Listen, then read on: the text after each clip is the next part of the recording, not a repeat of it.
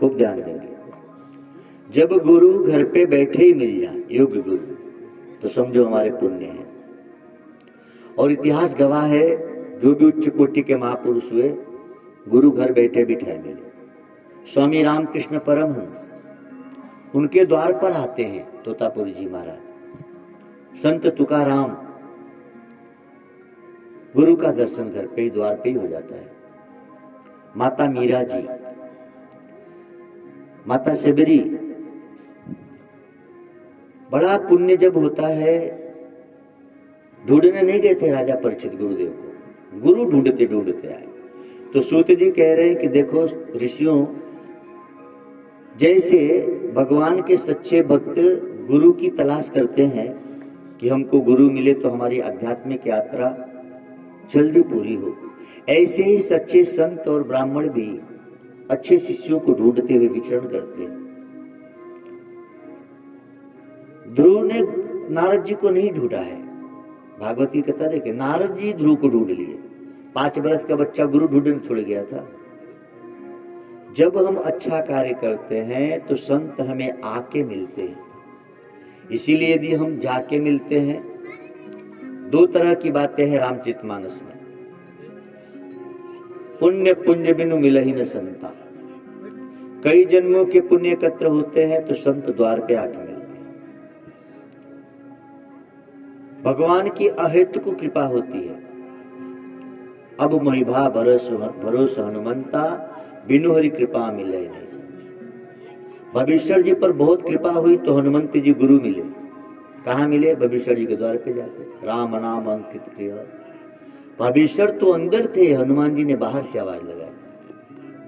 तो सूत जी कहते हैं सौनक ऋषियों से कि आप जीवन में कितने सुंदर हैं, कितने धनवान हैं, कितने ज्ञानवान हैं, ये महत्वपूर्ण नहीं है। महत्वपूर्ण है कि आपको गुरु कैसे मिले और कैसे, किस विधि से मिले। गुरु यदि आडंबर बहुत मिल जाए तो शिष्य का उन्नत नहीं होता। जैसे ही सुखदेव जी आते हैं, राजा परीक्षित ने अर्धपाद से पूजन किया। अब परीक्षित कोई साधारण व्यक्ति नहीं है, गर्भ में भगवान का दर्शन किए हैं। परीक्षित समझ गए कि मेरे लिए तो योग्य गुरु यही है। परीक्षित जी अर्धपाद से उनका पूजन किए और उनको गुरु के आसन पे बिठा दिया। तो वहां बहुत बड़े बड़े संत उपस्थित थे। कईयों को बुरा भी लगा कि हम लोगों से कुछ पूछे नहीं, हम इतने बड़े बड़े बूढ़े बूढ़े लोग। और ये 16 वर्ष का, उस समय सुखदेव जी की उम्र 16 वर्ष की है। ये 16 वर्ष के बच्चे को राजा परीक्षित गुरु की गादी पे बिठा दिए बिना पूछे। अच्छा, संतों के मन में विचार आ रहा था, लेकिन कहे को सुखदेव जी महाराज इस विचार को भांप गए। सुखदेव जी कहते हैं, परीक्षित बहुत जल्दीबाजी नहीं करते बेटा गुरु बनाने में।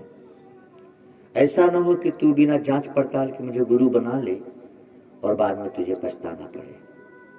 बेटा सोच विचार कर लो, तेरी मेरी मुलाकात अभी जल्दी की हुई है, तू मुझे कुछ जानता भी नहीं। मेरे बाहरी वेशभूषा को देख के बहुत प्रभावित मत हो जाना। परीक्षित कहते हैं, गुरुदेव मैं भी कोई साधारण जीव नहीं हूं महाराज, मैं चक्रवर्ती सम्राट हूं। मैंने अनेक महापुरुषों के दर्शन किए हैं और मैंने अपने पूर्वजों से, सत्संग से और शास्त्रों में पढ़ा है, सदगुरु जब मिलते हैं तो अनायास उनकी तरफ हमारा मन खींच जाता है।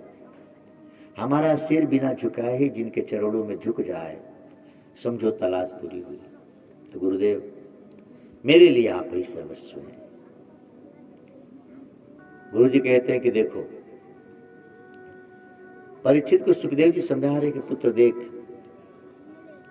कई तरह के गुरु हैं, अभी भी तेरे पास समय है, मौका है, और यहाँ संतों की कमी नहीं है। यहाँ मेरे पिता बैठे हैं, मेरे पिता के पिता बैठे हैं और अनेक संत मौजूद हैं। तो तुम देख लो, बहुत लोग हैं। परीक्षित कहते हैं, गुरुदेव आप ही बताओ ना, गुरु के क्या गुण हैं।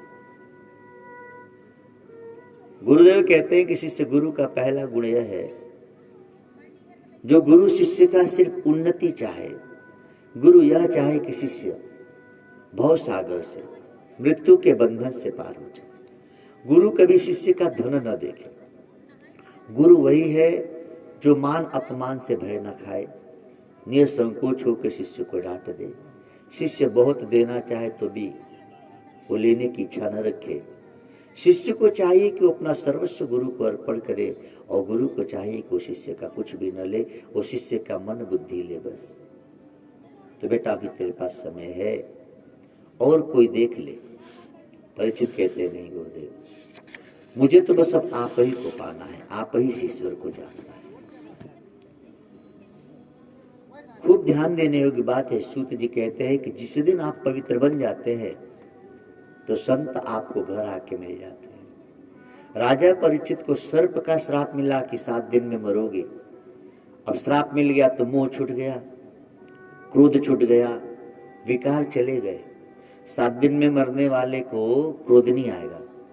आपको कोई कह दे कि 7 दिन में मरना है तो आपको बहू पे, बेटे पे, बेटी पे क्रोध नहीं आए। तो 7 दिन में मरने का श्राप मिला, क्रोध चला गया है, मोह चला गया है। अब वो धन के लिए हाय हाय करेगा जिसको 7 दिन में मरना है। काम विकार में नहीं पड़ेगा। तो काम, क्रोध, मोह, लोभ सबसे निवृत्त हो गए हैं परीक्षित।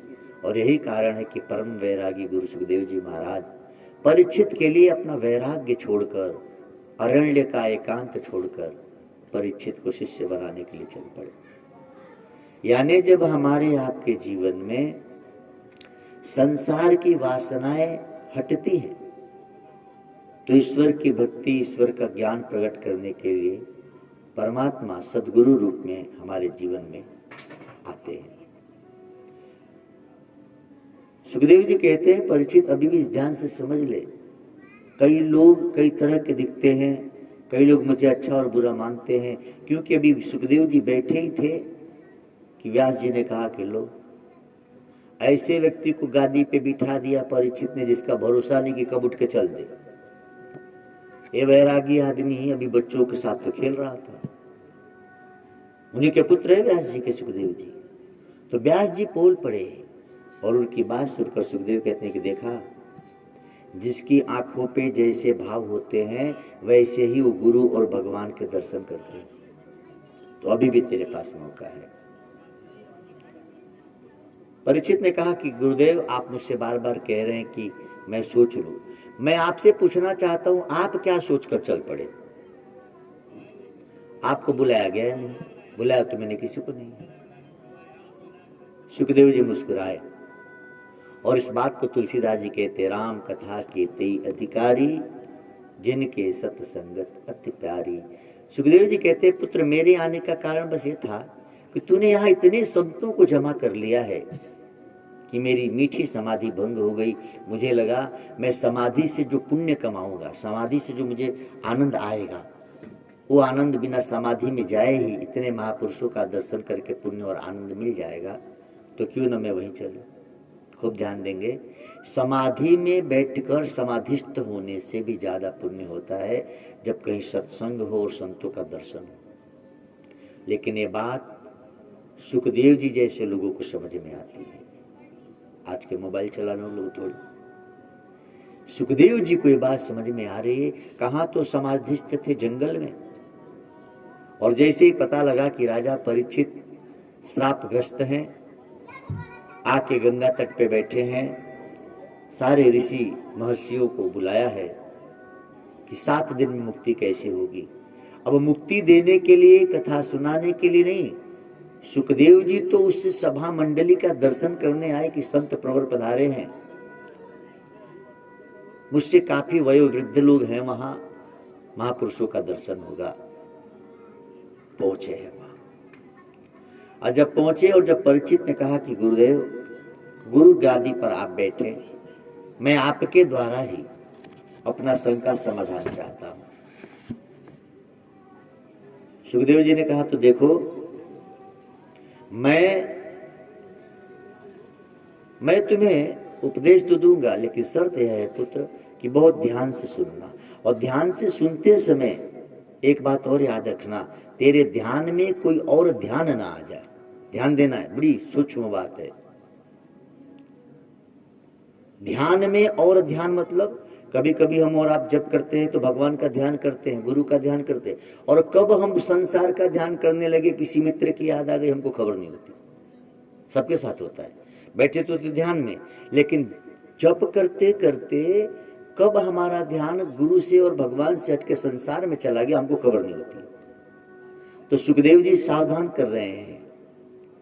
देखिए कैसी भक्ति है ना, ड्यूटी से आए, फिर वहां से टंडौली से आ गए। आप सब कुछ इनको पता नहीं कि कितना पुण्य कमाते। ये ब्राह्मणों का जो, ब्राह्मणों के प्रति आप सबका जो समर्पण है, जो गुरु और संत के प्रति, ईश्वर बहुत पुण्य देता है।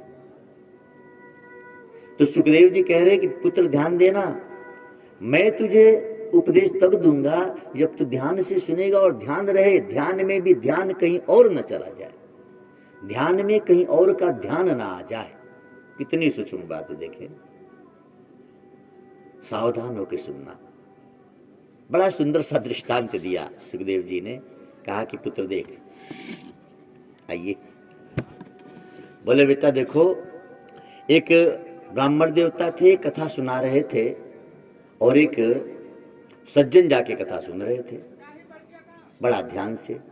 तो इतना ध्यान से कथा सुन रहा था कि सुनाने वाले को बड़ा आनंद आया कि बड़ा प्रेमी भक्त है, खूब प्यार से सुना रहे थे। 9 दिन की राम कथा पूरी हुई। सुनने वाला खूब ध्यान से, आ जाइए, भगवान आपको स्वस्थ रखे, लंबी उम्र दे, और दिनों दिन उन्नति करें। आप कहीं रहते हैं तो यार, वर्ष में बाप से बात हो जाती है हमारी, हमेशा महीने में, 1 महीने में।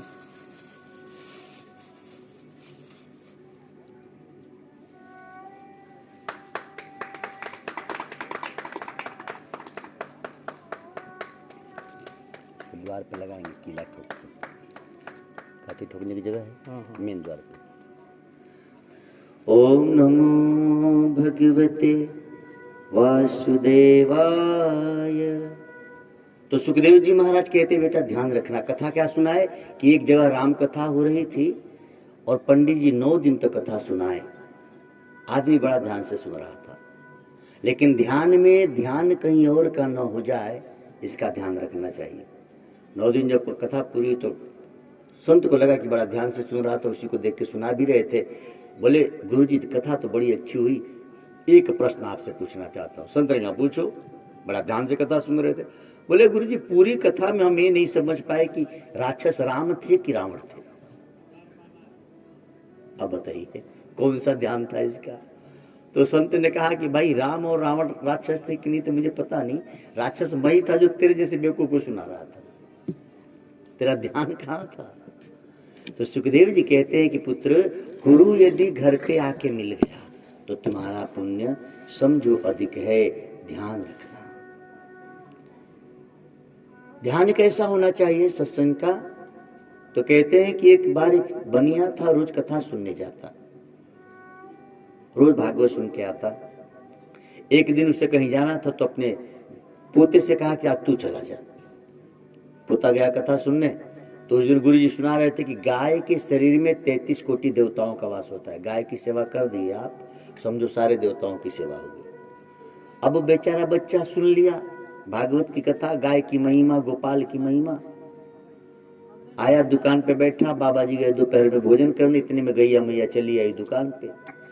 अब गैया ने शक्कर के बोरे में मुंह लगाया, उसको लगा 33 करोड़ देवता घर ही पे आ गए, भैया खा ले दो। ये ध्यान है। बाबा जी भाग के बोले क्या कर रहा है, दुकान पे बैठा है और गाय पूरी दुकान चट कर गई। बोले महाराज आप ही तो भेजे थे भागवत में, इसमें 33 कोटि देवताओं का वास है। बनिया ने अपने पोते को कहा कि बेवकूफ, हम इतने दिन से कथा सुने तो कभी दुकान पे नहीं लाए, तो ये कई दिन कथा सुनने लगा तो दुकान पे ला दिया। अब बताएं आप दोनों में कौन बढ़िया सुना था? तो सुखदेव जी कहते हैं परीक्षित कथा तो सुन रहा है पुत्र, ध्यान रखना, कथा सुनने में ध्यान कहीं अन्यत्र न चला जाए, इसकी विशेषता तुझे ध्यान देनी पड़ेगी। तो परीक्षित हाथ जोड़ के कहते हैं गुरुदेव कोई बात नहीं, मैं ध्यान रखूंगा कि मेरा ध्यान अन्यत्र न जाए, लेकिन हे गुरुदेव आपको प्रार्थना यह है कि मेरा ध्यान कहीं अन्यत्र चला जाए तो कृपा आप ध्यान रखेंगे। इसीलिए कथा में कभी कभी इधर उधर की बातें हो जाती है। क्यों? कि ध्यान बट जाए।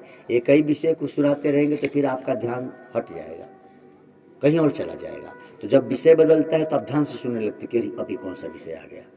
यही कारण है कि कथा सुनाते समय ध्यान थोड़ा सा इधर उधर ले जाता है आदमी। विषय जो बदला जाता है उसका कारण बस इतना ही है।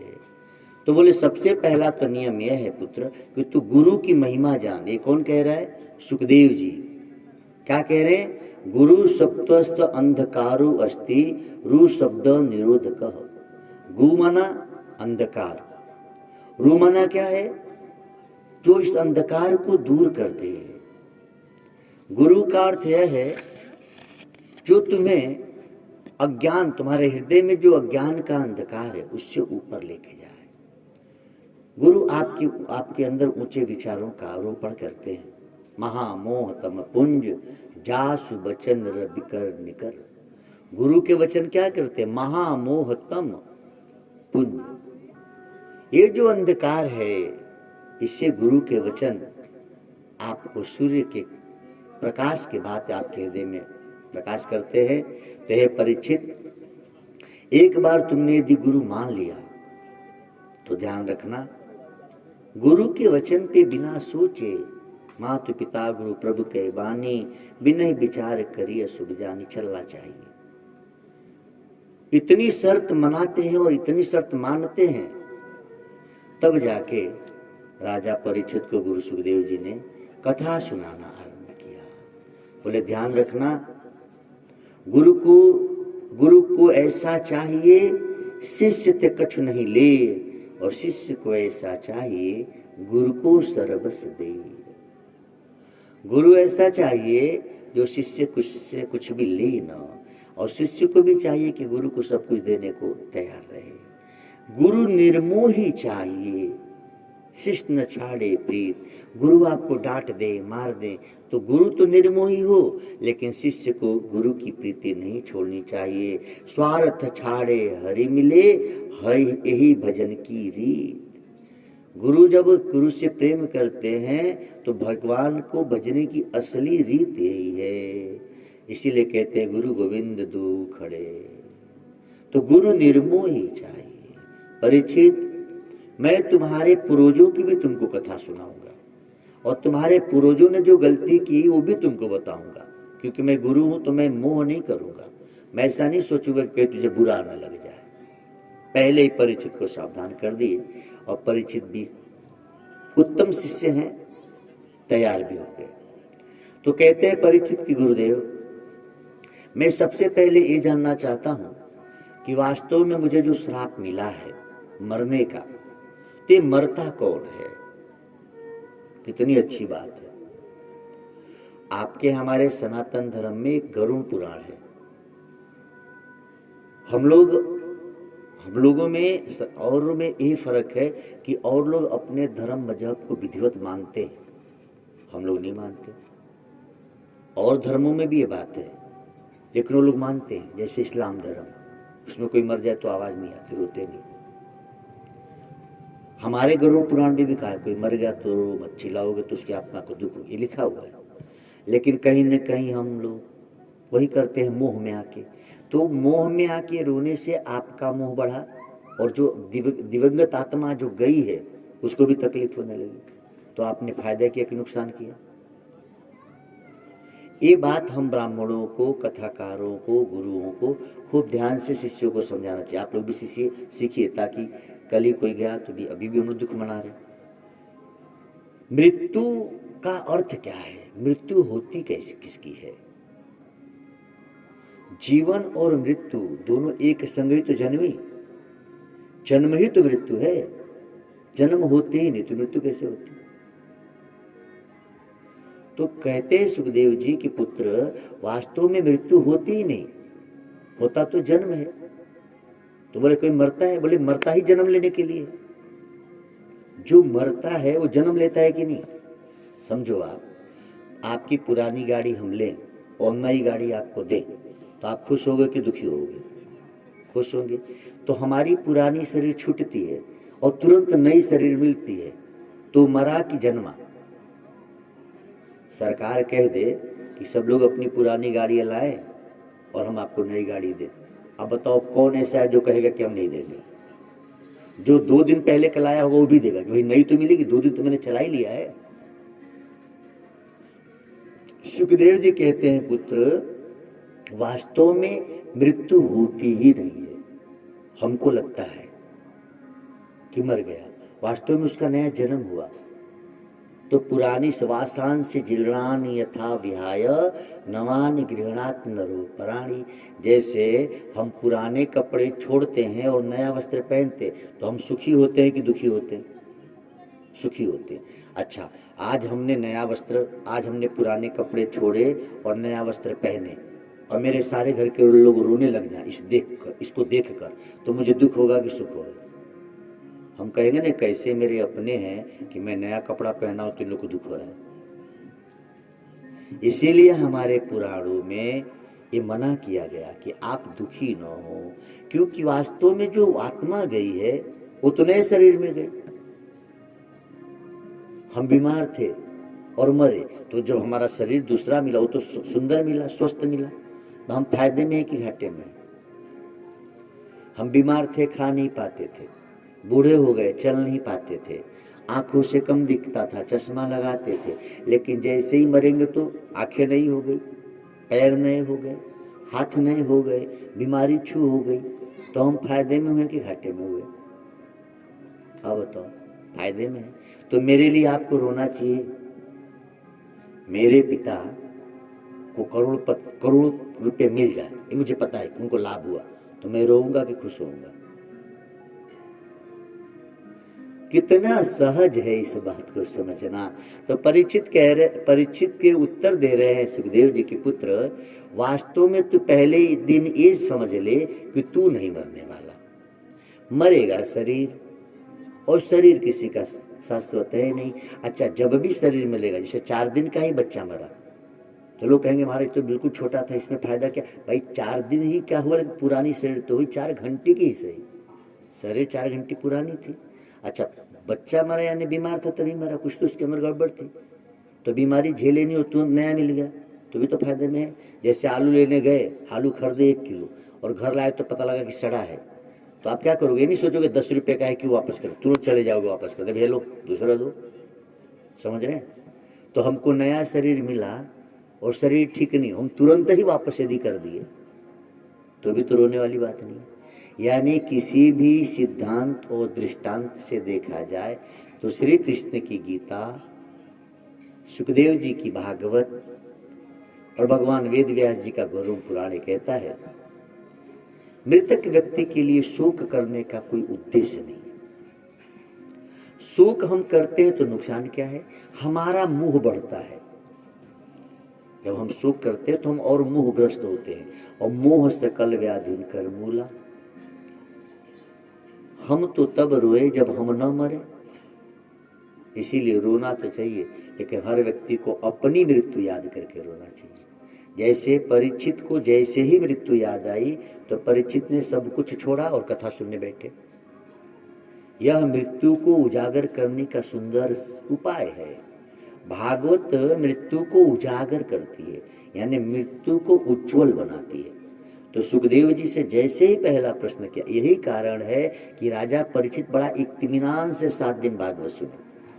ये तो 1-1 घंटे बीतते, 1-1 दिन बीतते तो परीक्षित घबराते, लेकिन पहले दिन ही परीक्षित को सुखदेव जी ने कहा कि पुत्र एक बात समझ लेना, तू नहीं मरता, और तू ही नहीं, यहाँ जितने संत बैठे हैं, कितना कृपा किया सुखदेव जी ने, अपने से वयो वृद्ध महापुरुष बैठे हैं और परीक्षित को माध्यम बनाकर उन महापुरुषों की तरफ उंगली करके मानो पूरे विश्व को इंगित कर रहे हैं कि जितने लोग यहाँ बैठे हैं सब सुन लो, हर क्षण क्षण हमारी शरीर मृत्यु को प्राप्त हो रही है, हर पल पल हम मर रहे हैं। तो मरना इस शरीर का स्वभाव है, लेकिन आत्मा अमर है, यह आत्मा का स्वभाव है, और हम अमर आत्मा हैं, न कि मरने वाले शरीर। आप क्षत्रिय, ब्राह्मण, स्त्री, पुरुष, बनारस वाले, अयोध्या वाले बाद में हो, पहले आप क्या हो? भगवान वाले हो, जैसे समझ लो। तुम किसी की बहू हो, किसी की माँ हो, किसी की भाभी हो, किसी की जेठानी हो, किसी की देवरानी हो। ससुराल में आए तो कई रिश्ते आपके पास हैं, लेकिन ये सारे रिश्ते बाद में हैं। पहले आप क्या हो? किसी की पत्नी हो। पत्नी नहीं बनी होती, न किसी की देवरानी बनती, न किसी की जेठानी बनती, न किसी की सास बनती, न किसी की माँ बनती। अच्छा, पत्नी से पहले भी क्या हो? तुम किसी की बेटी हो।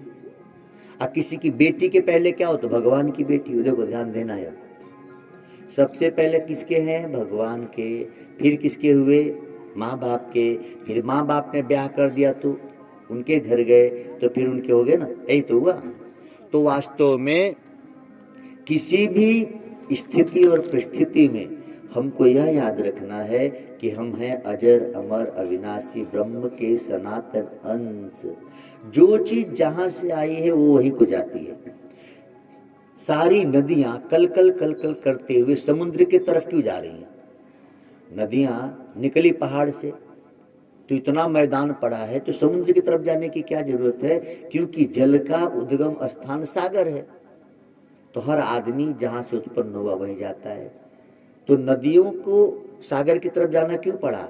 क्योंकि सागर से जल वाष्पीभूत होता है, स्वर्ग को जाता है, और फिर वहां से बरसात होती है। तो जल निकला कहां से था? सागर से गया बादलों के द्वारा। तो वर्षा चाहे जहां भी, लेकिन सागर से निकला था, इसीलिए फिर पुनः सागर की तरफ भागते जाता है। नले नाले नदी गंगा जमुना बनते हुए आखिर कहाँ भाग के जाता है? सागर के पास। तो जैसे गिरा पहाड़ पे, गिरा जंगल पे, गिरा शहरों में, लेकिन नाली नले से होते होते कहाँ पहुंच गया? सागर। वैसे ही आप और हम भी है। हम हैं किसके? परमात्मा के। फिर आ गए, है ना, फिर टंडौली में आ गए। न्यू कबीरपुर कौन सी जगह है? कल्याणपुर में आ गए। लेकिन ये कल्याणपुर टंडौली ये सब होते होते कहीं ब्याहे, कहीं नौकरी किए, कहीं कहीं गए, लेकिन घूमते घामते जैसे वह जल कहाँ चला गया? सागर में। वैसे हम कहाँ जाएंगे? हाँ, समझ गए ना। जो जहां से आया वो वहां जाएगा। अब बताओ, अपने घर जाना चाहिए कि नहीं? अच्छा, जब तक अपने घर न जाओ चैन की नींद आती है? अमर भाई जब तक ड्यूटी पे रहते हैं, घर आते तभी तो सुकून मिलता है ना। चाहे कितना हो आपको लोग स्वागत करे, सलामी दागे, भले सब सिपाही सलाम करते हो, आप आते होंगे घर पे तभी सुकून मिलता है। ऐसे ही है दुनिया में, चाहे किसी भी योनि में हम लोग रहे, कोई नेता बने, अभिनेता बने, डॉक्टर बने, कथाकार बने, गुरु बने, शिष्य बने, जो बनो, आखिर में सुकून, आनंद, चैन, परम शांति तो वही मिलने वाली जब हम अपने परम धाम को जाएंगे।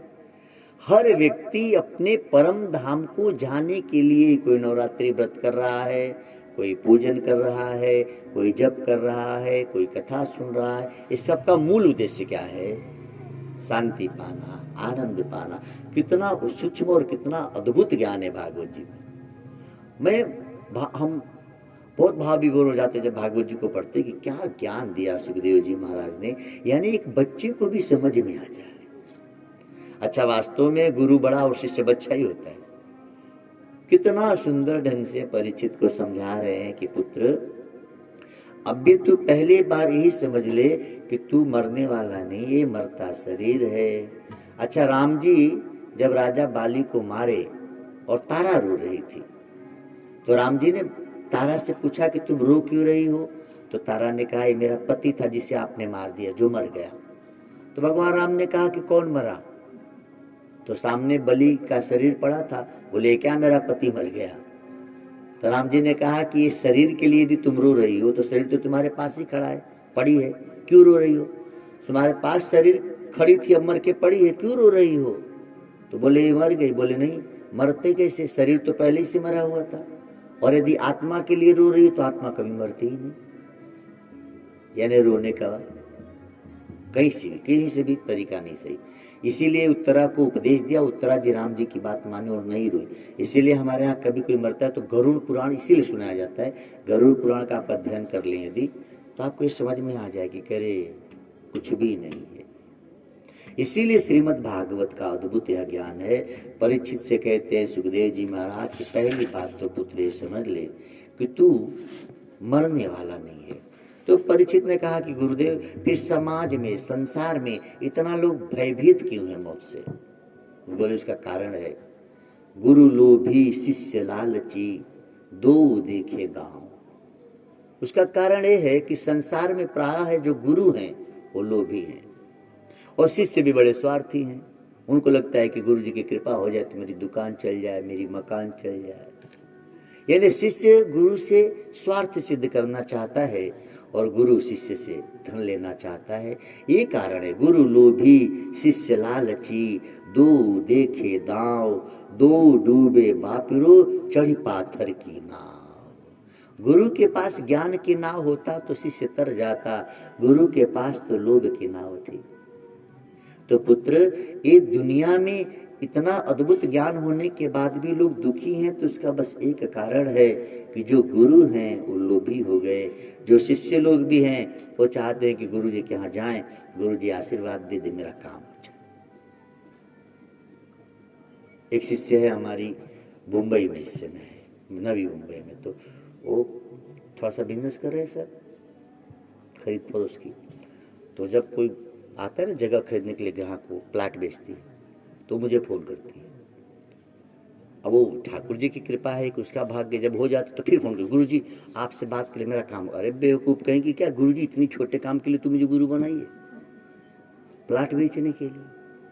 तो एक दिन उसको डांटे, तब से फोन नहीं करे। मैं कहा बता मैं इसीलिए गुरु बना हूं कि कोई फोन कर दे प्लाट लेने के लिए तो गुरु जी को फोन कर दे, गुरु जी तेरे लिए प्रार्थना, तो मैं वो गुरु नहीं हूँ बेटी। ये चक्कर में रहना ही नहीं कि मैं तेरे लिए जप करूं कि हाँ बिक जाए बिक जाए। बेवकूफ कि मैं तो तेरी अज्ञानता बेचना चाहता हूं, मैं तेरी बेवकूफी मिटाने के लिए गुरु बनाऊं तेरा प्लाट बेचवाने के लिए। तो तब से आप फोन नहीं करे। हमने कहा कैसी पागल है तू, ये तेरा जप का प्रभाव है वो ठीक है, फिर ये लाभ हो जाए मुझे मना नहीं कर रहा हूं, लेकिन हमने कहा कि बेटा इसी में अटक मत जाओ। खूब आपके घर में अन्न का भंडार पड़ा हो, खाओगे तो 4 ही रोटी, इससे ज्यादा खाओगे क्या? खूब आपके घर में अंबार पड़ा है अन्न का, लेकिन खाएंगे 2 ही रोटी। खूब आपके घर में कई खटिया पड़े हैं, बेड पलंग पड़े हैं, सोओगे तो कहीं पे कि रात भर घूम घूम के सोओगे। कई सेट कपड़े पड़े हैं तो पहनोगे तो एक ही 2 कि सब कई बार पहन लोगे। खूब गहने पड़े हो तो क्या करोगे, कितना सेट पहनोगे? जब थोड़े में ही काम चलना है तो क्यों बेवजह इतना कुछ करना, क्या हो सकता है? इसीलिए आप सभी से निवेदन, सुखदेव जी कहते हैं पुत्र ये डर का कारण बस एक है कि आजकल गुरुजी लोग ही ठीक नहीं मिल रहे। तो मैं बहुत ठीक हूँ मैं ऐसा नहीं कह रहा, हाँ इसका कहने का मतलब नहीं कि आप समझो कि सबसे अच्छा मैं ही हूँ, लेकिन जांच पड़ताल तो हो। आजकल समस्या क्या है देखिए जरा, गुरु और शिष्य की स्थिति क्या रह गई। गुरुजी लड़े मुकदमा चेला जोते खेत।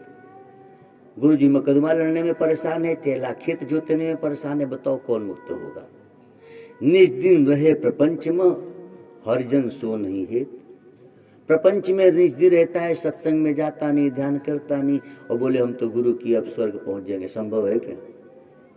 इसीलिए यहाँ जितने भी लोगों को हमने मंत्र दिया, अभी कभी हम ना आपसे जल्दी बात करते हैं ना पूछ पाते, क्योंकि मैंने अपना काम किया बेटा, तुम करो ना करो तुम जानो। ना आपका मुझे मान चाहिए, ना मैं आपके अपमान से डरता हूं। मैं आपसे मान लेने आया नहीं। अच्छा 3 दिन हुआ आके, 4था दिन है ना, हमने किसी को कुछ कहा? वो कहाँ गए चेले लाओ, कुछ नहीं। मुझे आपका कुछ नहीं चाहिए, मैं इसलिए गुरु नहीं बना हूं। हम आपकी उन्नति चाहते हैं बस, हम तो अपना दे के गुरु बने, लेके नहीं चाहिए ऐसा कुछ। कई बार हमसे लोग कहते हैं, मेरे दिल में भी आता है कि बहुत सहज होना भी ठीक नहीं है, बहुत दिखावा करने वाले गुरुओं का ही। तो क्या मैं दिखावा करने के लिए अपना परलोक बिगाड़ लूं? मैं ऐसा नहीं कर सकता, मुझे नहीं चाहिए आपका ऐसा जी, मुझे नहीं करना है आडंबर। मुझे आके अपने शिष्यों से नहीं कहना है कि लाओ दक्षिणा धरो, लाओ तो बनारस से आए कैसे पहुंचेंगे, नहीं। और आपसे नहीं, किसी से नहीं कहते। हम आए हैं जहाँ से, अभी हम बहराइच थे तो जहाँ हमारी कथा थी, बगल के कई गांवों में शिष्य भरे पड़े थे, कैसी क्या नहीं जाता। इतना इनको हम मानते हैं ना, लेकिन दुर्भाग्य रहा हमारा समय भी नहीं था, बहुत आके भी हम आपके यहाँ नहीं पहुँच पाए टंडोली। अब सोचे कि जरूर पहुँचेंगे। तो गुरु का कर्तव्य, अच्छा मैं ऐसा क्यों कर रहा हूँ, इसलिए कि मैं जितना भगवान से हित लगा के रखूंगा उतना ही आपका भला हो पाएगा। जब मैं भगवान की कथा बंद कर करके सब छोड़ के आप लोगों के यहाँ पहुँचने लगूंगा आपके सुख दुख में, तो फिर मेरे से आपको वो लाभ नहीं होगा जो होना चाहिए। क्योंकि मेरे पास भी तो भरोसा उसी का है, उसी की तो, उसी से तो लेके आपको दूंगा। अब पता लगा आपको रिझा नहीं, उसी को छोड़ दिए। इनके बेटे का ब्याह था तो हम ही तय कराए थे, तो बेटी वाले भी फोन किए, बेटे वाले भी किए, पूछो पहुंचे हम, नहीं। अच्छा, न पहुंचने का कारण ये था कि हम कथा नहीं थे। अब हमको नहीं चिंता थी कि अरे बाप रे, लड़की भी शिष्य है, लड़का भी शिष्य है, हम ही ब्याह तय कराए। सुन रही हो बेटियां, न्यू कबीरपुर की बात है। तो हम ब्याह तय करा दिए, न लड़का वाला भी फोन करते रहेगा, लड़की वाली भी, देखो लड़के की तो माँ भी बैठी है, नहीं आए हम। अब मैं क्या करूं बताओ, मैं सब छोड़कर जब यही करने लगूंगा तो मैं गुरु रह जाऊंगा। हमें सोचते कि चलेंगे ब्याह में तो कपड़ा तो बढ़िया देंगे ही, चेला लोग 1500 से तो कम कोई प्रणाम करेगा नहीं। अब बताओ, मैं गुरु लायक रहता, ऐसा करूं तो मैं गुरु रहूंगा नहीं। आके हो गया 3-4 दिन, बगले में है, ये भी नहीं कि चलो चल के घूम ही ले, कुछ तो नहीं। मैं जितना अपनी हृदय को, अपनी बुद्धि को माता रानी से, भगवान से लगा के रखूंगा, तब आप मुझे याद करोगे तो आपको पुण्य होगा। तब आप मुझे फोन पे भी प्रणाम करोगे और मेरे दिल से आशीर्वाद निकलेगा तो आपकी उन्नति हो जाएगी। लेकिन यदि मैं सब छोड़ दूंगा, बस वही चलो घूम लो, तो अच्छा नहीं रहेगा। इस बार हम जहाँ बहराइच में थे, तो जिस दिन हमको आना था, बगल में मुश्किल से 2-2.5 किलोमीटर दूर पे कुछ शिष्य हैं, वो बेचारी बूढ़ी माता जी अपने बेटे को गाड़ी से लेके मेरे पास आई मुझे ले जाने के लिए, और सारा सामान यहाँ के लिए चल चुका था वहाँ से। तो हमने कहा क्षमा करें, अब तो मैं नहीं जा पाऊँगा। बोले गुरुजी हम आपको लेने आए हैं। हमने कहा लेने तो आए हो, लेकिन 7-8 दिन बीत गया, तुम आज आए हो तो अब थोड़ी सी तकलीफ है, अब आऊँगा तो फिर, तो अब 28 अप्रैल से फिर वहाँ कथा है, तो वहाँ इस बार जाऊँगा, क्योंकि बेचारे आए थे। तो ये होना चाहिए। ये मैं इसलिए कह रहा हूँ कि ये भी ज्ञान मुझे पूज्य गुरुदेव से मिला और भागवत जी से मिला है। हम जो पढ़ते रहते हैं शास्त्रों में, तो गुण हमारे में आना भी तो चाहिए। तो सुखदेव जी कहते हैं कि बेटा, हरहि शिष्य धन शोक न हरहि, सो गुरु घोर नरक महु परहि। तुलसीदास जी कहते हैं, जो शिष्यों का धन हरण करने लग जाए वो गुरु नहीं हो सकता। ते परीक्षित सावधान हो जा बेटा। अब परीक्षित सावधान हो गए तो गुरु कैसा, तो बोले बच्चे के स्वभाव जैसा हो। गुरु सदैव अपने शिष्य की हित चाहे।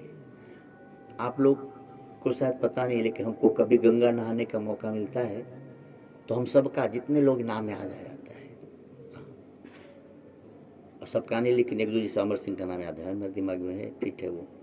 आप सबका नाम याद नहीं आता तो हम प्रार्थना करते कि भगवान सबका नाम मुझे याद नहीं, लेकिन आप तो सबका नाम जानते हो, मेरे जितने हैं सबको लाभ दीजिए, मैं गंगा में डुबकी लगा रहा हूँ।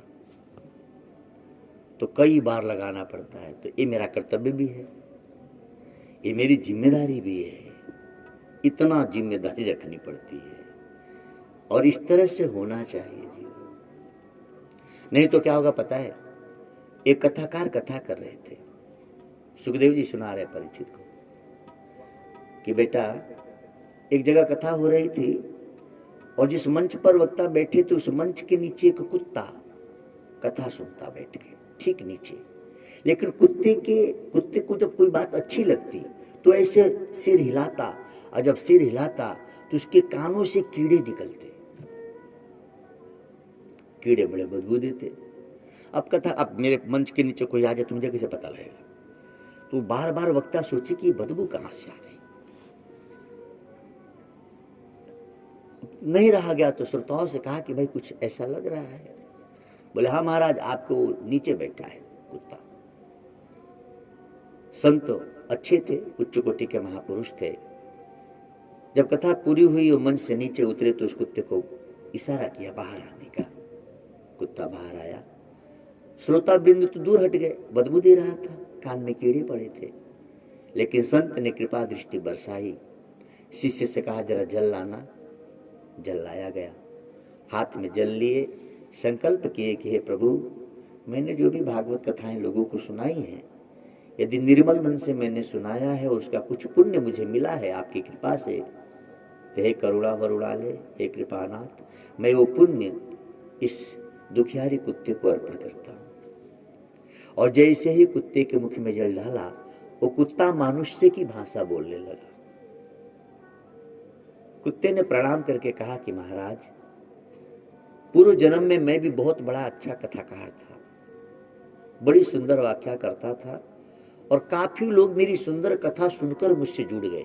मेरा हाव भाव देखकर, मेरा बहुत बड़ा आश्रम था, बहुत अच्छे रथ में मैं बैठ कर चला करता था, चांदी का खड़ाऊ पहनता था, मेरे आडंबर बहुत थे।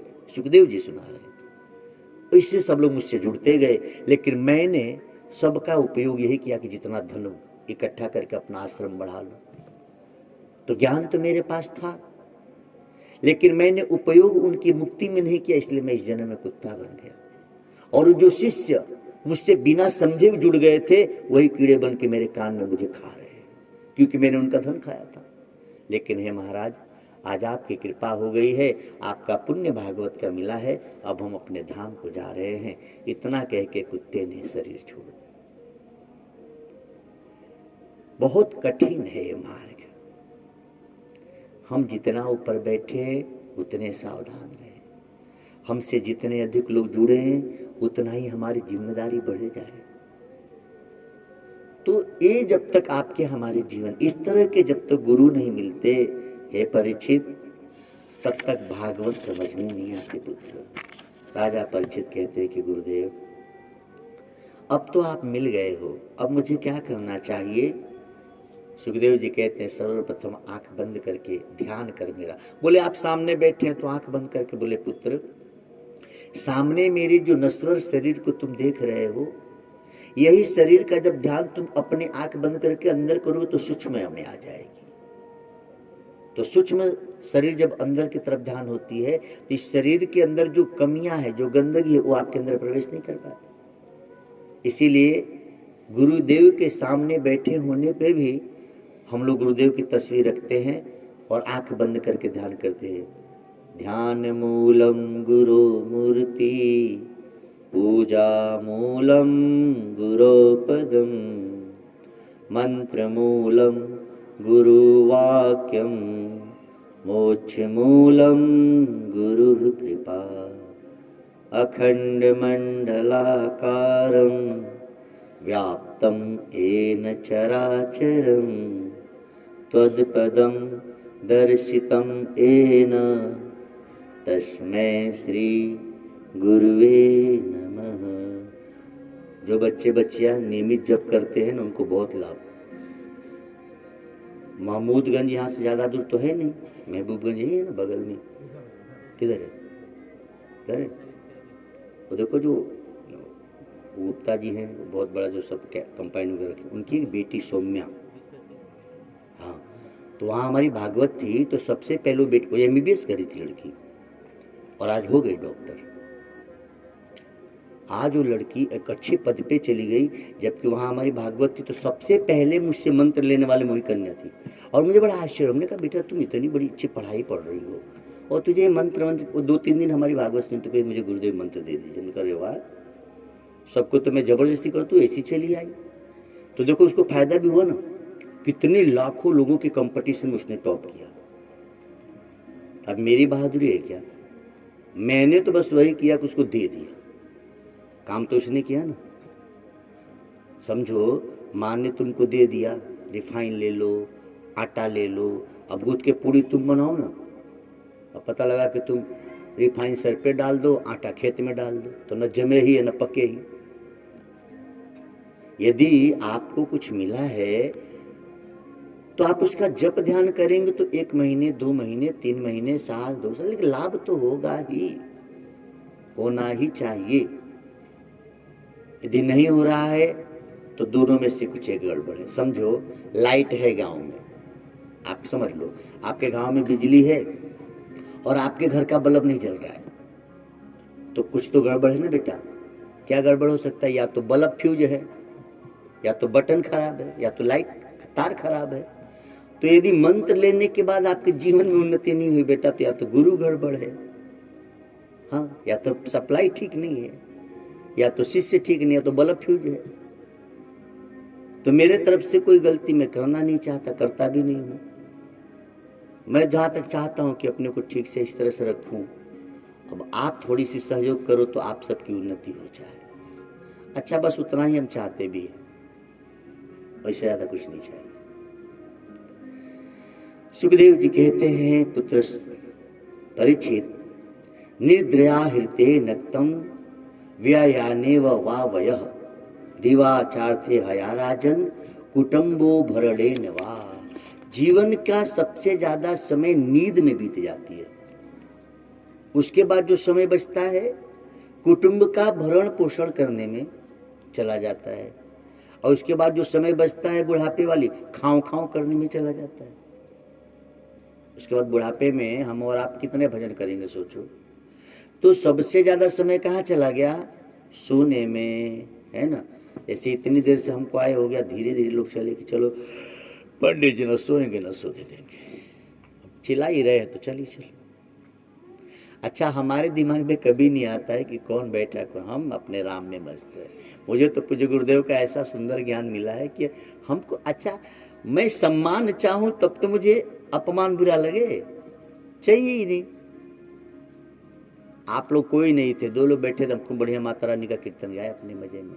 ओम मैं, हाँ, कली लिखे, कली बनाए, इसको आज गा भी दिए।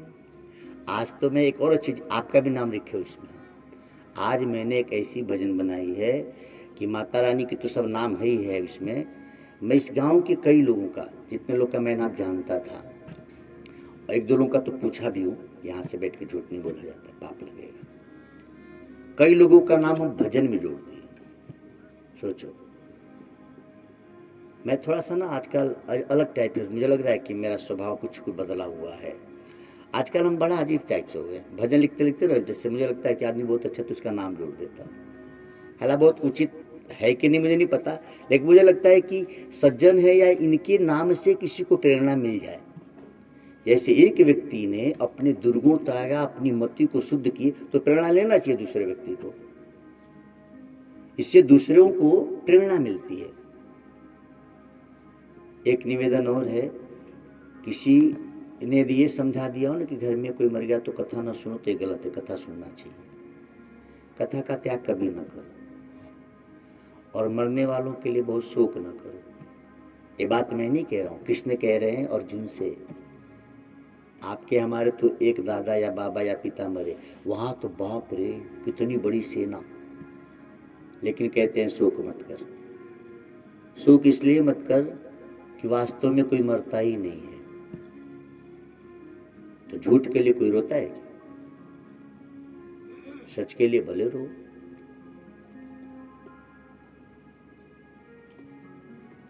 ठोकर लगी एक हड्डी को, उस हड्डी के ये बयान थे, ऐ चलने वाले संभल के चल, हम भी कभी इंसान थे। कोई जा रहा था, एक हड्डी पड़ी हुई थी, और अनजाने में इसने देखा नहीं तो हड्डी को ठोकर लगी। उस हड्डी से आवाज निकल पड़ी, ठोकर लगी हड्डी को, उस हड्डी के बयान थे, ऐ चलने वाले जरा देख के चल, हम भी कभी इंसान थे। वो इंसान की हड्डी थी। उस हड्डी ने कहा कि हो भैया जरा देख के चलो। इसलिए मैं अपने गांव होता हूँ ना, जब गंगा जी के किनारे टहलना होता है तो मैं ध्यान देता हूँ। ये इंसान कभी गाड़ी में घुमा करता था, एरोप्लेन में उड़ा करता था, और आज देखो तो बेचारा गंगा की बालू में हड्डी बनकर पड़ा है। यही है जीवन। तो जिस तन को सजाने में, जिस तन को खिलाने में, जिस तन का नाम कमाने में हम इस अनमोल जीवन को बिता रहे हैं, उस तन की हड्डी ऐसे ही पड़ी रहेगी, एक दिन ही तो होगा।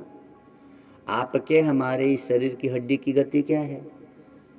लाख जलाओ फिर भी थोड़ा बचा लेते हैं वो फूल गंगा में बहाने के लिए। आखिर होना यही है।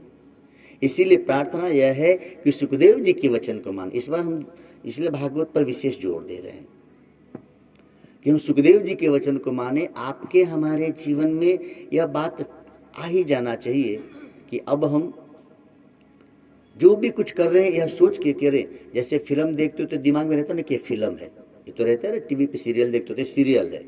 वैसे अपने शरीर को भी देखो कि यह भी एक पात्र है, हम भी कभी बहू बने। अब देखो वही की वही बेटी बहू हो जाती है ना, नया गेटअप आ जाता है नया रोल में। जैसे आपके यहाँ तो रामलीला होती है, देखो हर साल बच्चों का रोल बदल जाता है, तो आप लोग का भी तो रोल बदलता है। अभी यहाँ हो तो बेटी हो, अभी यहाँ से चले जाओ तो देखो घूंघट, है ना। जो बेटियां माँ को डपट देती वही बेटियां देखो तो मम्मी जी। इतनी बेईमान कोई होगा ही नहीं। हमारे देश की बेटियों की बेईमानी तो हद है। जिस माँ ने जन्म दिया, जिसने पाल पोस के बड़ा किया, उसको मम्मी कहती, जी कभी नहीं करेगी। और जो बुढ़िया कुछ नहीं दी, जैसे पहुंचेगी तो मम्मी जी। कितनी बेईमानी है जी। बेईमान हो कि नहीं तुम लोग?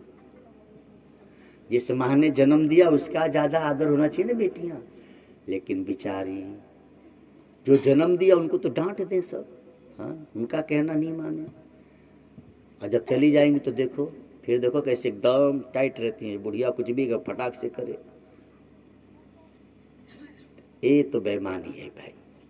मेरे कहने का अर्थ है नहीं कि आप सासू माँ का आदर न करें, लेकिन ये जरूर कहेंगे कि घर पे माँ हो, माता जी है, तो इतना आदर करो कि तुम जब जाने लगो तो तुम कम रो, माँ ज्यादा रो। अम्मा ये न सोचे कि भला जाते में भला जा रही है, कुछ तो बोझ अलग हुआ।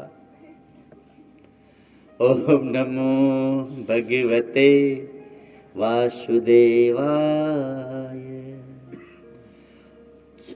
सुखदेव जी ने कहा, पुत्र मरता शरीर है। एक संत जा रहे थे, एक व्यक्ति का पुत्र मर गया था,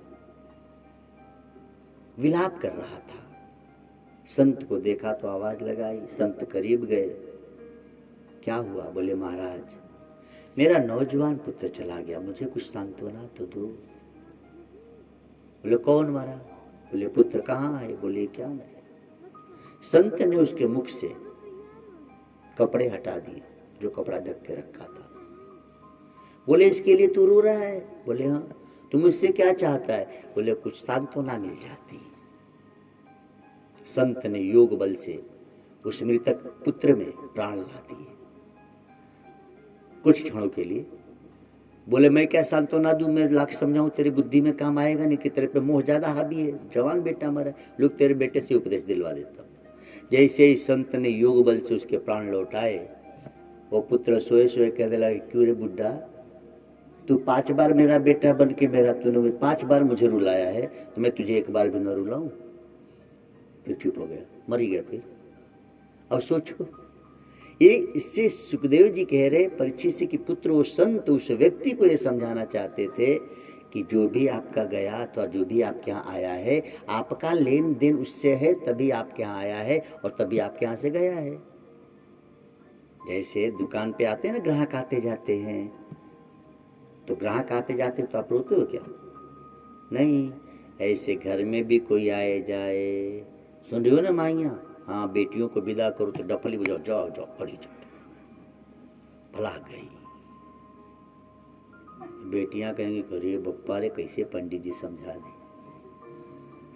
ओम नमो भगवते। देखो सुखदेव जी कहते हैं जरा दुख, जरा जन्म दुखम जरा दुखम जया दुखम पुनः पुनः अंतकाल महादुखम तस्मात् जागृहि जागृहि। कह रहे परिचित, देखो दुख देखने का तरीका, जन्म में दुख है, जरा माना बुढ़ापा और बीमारी में दुख है। दुख ही दुख जीवन, अंत काल में भी दुख ही है। तो जब सब जगह दुख ही है तो जागृह जागृह क्या कह रहे हैं, यानी तुम ज्ञान में जगो, नहीं तो बाकी कहीं भी दुख ही दुख है। आप खूब शांति से ईमानदारी से कैलकुलेट करो बैठ के कहीं पे कि वास्तव में हम सुखी कब हुए। अच्छा, सुखी हुए तो कितने क्षण के लिए हुए, आज जिस समय सुखी थे तो क्या पूर्ण सुखी थे? पूरा सुखी कोई हो ही नहीं सकता। जितना भी आप सुखी का अनुभव करो, कोई ना कोई दुख लगे ही रहता है। इसीलिए सदैव जागृह जागृह, यानी हमको आपको जागृत होना है। जागृत किसमें होना है? तो ज्ञान में। और ज्ञान क्या है? ज्ञान यह है कि आप सुख में भी सुख का अनुभव से ऊपर उठ जाओ और दुख में भी दुख के अनुभव से ऊपर उठाओ। न सुख छुपाए न दुख छुपाए, सुख और दुख दोनों के आप दृष्टा बन गए। सुख आया आप उसे देख रहे हो, दुख आया आप उसे देख रहे हो। तो जब दृष्टा बन जाएंगे तो सुख और दुख से बच जाएंगे। दृष्टा बनिए। जैसे समझो आप किसी कार में बैठे हो, कांच बंद है, तो आप आने वाली गाड़ी को भी देख रहे हो, जाने वाली गाड़ी को भी देख रहे हो, लेकिन आप धूल धक्कड़ से कैसे बचे जब कांच ऊपर है? तो आपको हमको क्या करना है, आप जितनी भी मित्रता किए हैं, जितनी भी दुश्मनी किए हैं, जो भी लोग अब तक मिले अथवा छूट गए, उनको ये देखो कि उनके मिलने के पहले भी हम थे और उनके बिछड़ने के बाद भी हम हैं। इस शरीर मिलने के पहले भी हम थे और शरीर बिछड़ने के बाद भी हम रहेंगे। तो जैसे मित्र मिल के बिछड़ गया, आपने बुद्धि का उपयोग किया तो उसके मिलने बिछड़ने का दुख से दूर हो गए, वैसे थोड़े से जागृह जागृह अपनी बुद्धि को विवेक में लाएंगे तो शरीर के भी बिछड़ने का दुख नहीं रहेगा। मुझसे इतने लोग मिलते बिछड़ते तो मैं दुखी होता हूँ क्या? नहीं। मुझे लगता है कोई ऐसा संयोग नहीं हो जिसका कभी वियोग नहीं, ऐसा कोई सुख भोग नहीं जिसके पीछे दुख रोग नहीं। हर जन्म के संग ही मृत्यु चल पड़ती है। वाह, क्या सुंदर व्यवस्था है। हे कृपानाथ, जानिए जैसे टिकट लिया आपने और जैसे ही ट्रेन में बैठे और ट्रेन चल पड़ी तो टिकट की एक्सपायरी खत्म होने लगी ना। बताओ, आप करिया बाबा के मंदिर से यहाँ से फैजाबाद जाने के लिए जीप में बैठो या बस में, तो 2 किलोमीटर 4 किलोमीटर पार जहाँ जाके खराब होगी वहाँ तक का तो भाड़ा काटेगा ना, वो काट ही लेगा। तो हम जिस दिन जन्मे हैं उसी दिन से हमारे संग ही हमारी मौत भी चल रही है, दौड़ रही है और सारी व्यवस्था आगे करके रखती। एक राजा सोया था और उसको सपना आया कि काला काला कलूटा बहुत भयंकर इंसान उससे कह रहा है कि राजा, ठीक समय पर ठीक स्थान पर मुझे मिलना। बहुत भयंकर राजा सपने देख रहा था। राजा सुबह उठा तो अपनी पूरी सभा को बिठाया कि सुनो, आज मैंने बड़ा खतरनाक सपना देखा है सुबह 4 बजे। क्या सपना देखा साहब? बोले बिल्कुल काला आदमी डरावना सा, और मुझसे कह रहा था कि राजा साहब सुनो, ठीक स्थान पर ठीक समय मुझे मिल जाना, आज तेरा मेरा मिलना जरूरी है।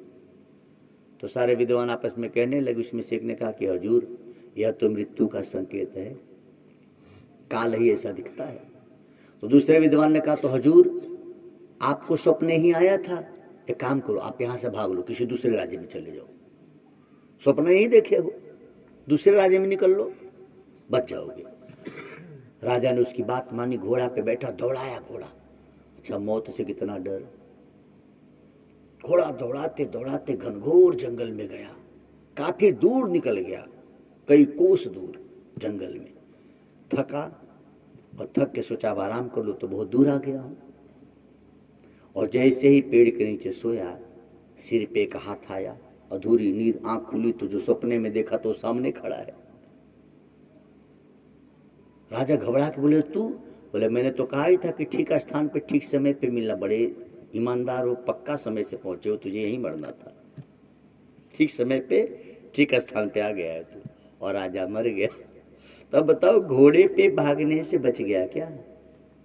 नहीं, हम सबके साथ मौत दौड़ रही है। ठीक समय पे ठीक स्थान पे, अमीर हो गरीब हो, स्वस्थ हो बीमार हो, बड़ी जाति छोटी जाति, स्त्री पुरुष बच्चा बूढ़ा, जो भी आप हो, ठीक समय और ठीक स्थान पर पहुंचते ही आप और हम ऑफ हो जाएंगे, है ना। वहाँ से हमारे जीवन का नया अध्याय शुरू हो जाएगा।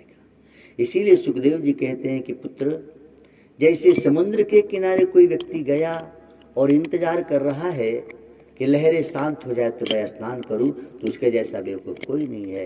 ऐसे ही संसार में आकर कोई इंतजार करे कि बहू आ जाए तब भजन करूं, बेटा कमाने लगे रिटायर हो जाऊंगा तब भजन करूंगा, घर बना लूंगा तब भजन कर लूंगा, तो बेटा उससे ज़्यादा बेवकूफ़ कहीं नहीं है।